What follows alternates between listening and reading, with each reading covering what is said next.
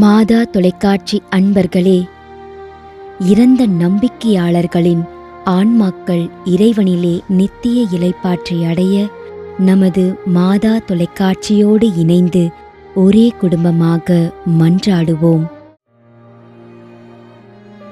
பி.சி. Joseph B. Rayan, Chennai, 18ஆம் ஆண்டு நினைவஞ்சலி.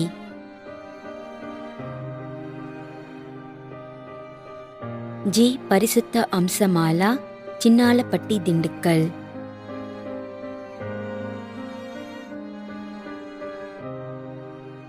மரியண்ணன், சௌரிபாளையம், 31ஆம் ஆண்டு நினைவஞ்சலி.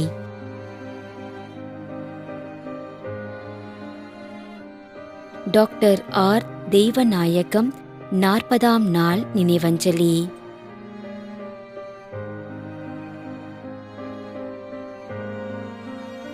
Richard Srinivasulu.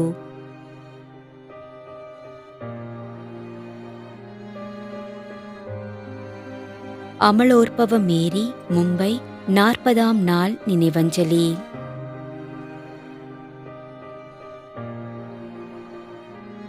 D. John Britto Scott, 7ஆம் ஆண்டு நினைவஞ்சலி.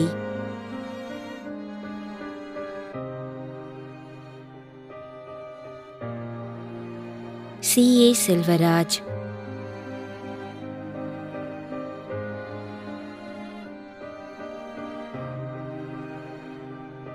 C. S. Jayakumar.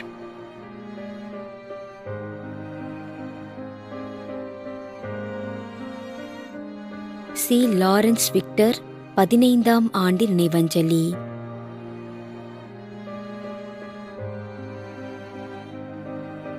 J. Anton Ranjeev, 23ஆம் மாதம் நினைவஞ்சலி.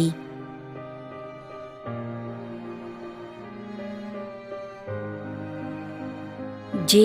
ரோஸ்டெல்லா பெரியா.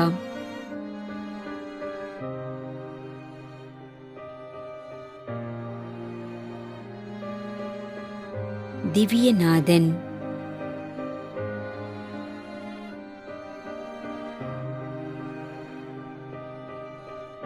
Barnabas, Philomena, Anthony. மேலும் யாரும் நினையாத நம்பிக்கையாளர்களின் ஆன்மாக்களுக்காகவும் மன்றாடுவோம். தந்தை, மகன், தூய ஆவியாரின் பெயராலே ஆமென். ஆண்டவருடைய பெயராலே நமக்கு உதவி உண்டு. விண்ணையும் மண்ணையும் படைத்தவர் அவரே. திருவெளிப்பாட்டு நூலிலிருந்து வாசகம். அதிகாரம் 14, இறைவார்த்தை 13. விண்ணகத்திலிருந்து ஒரு குரலை கேட்டேன். இது முதல் ஆண்டவரோடு இணைந்த நிலையில் இறப்போர் பேறு பெற்றோர் என எழுது என்று அது ஒலித்தது. அதற்கு தூய ஆவியார், ஆம், அவர்கள் தங்கள் உழைப்பிலிருந்து ஓய்வு பெறுவார்கள், ஏனெனில் அவர்களின் செயல்கள் அவர்களை பின்தொடரும் என்று கூறினார். ஆண்டவரின் அருள்வாக்கு. இறைவனுக்கு நன்றி. நம்மிடையே வாழ்ந்து இறந்து போன இறைவனின் அடியார்களுக்காகவும், மேலும் குறிப்பாக மாதா தொலைக்காட்சி வழியாக நீத்தார் நினைவில் இன்று நினைவு கூறும் இறைவனின் அடியார்கள் அனைவருக்காகவும் மன்றாடுவோம். விண்ணுலகில் இருக்கின்ற எங்கள் தந்தையே, உமது பெயர் தூயது என போற்ற பெறுக. உமது ஆட்சி வருக. உமது திருவுளம் விண்ணுலகில் நிறைவேறுவது போல மண்ணுலகிலும் நிறைவேறுக. எங்கள் அன்றாட உணவை இன்று எங்களுக்கு தாரும். எங்களுக்கு எதிராக குற்றம் செய்வோரை நாங்கள் மன்னிப்பது போல எங்கள் குற்றங்களை மன்னியும். எங்களை சோதனைக்கு உட்படுத்தாதேயும், தீமையிலிருந்து எங்களை விடுவித்தருளும். ஆமென்.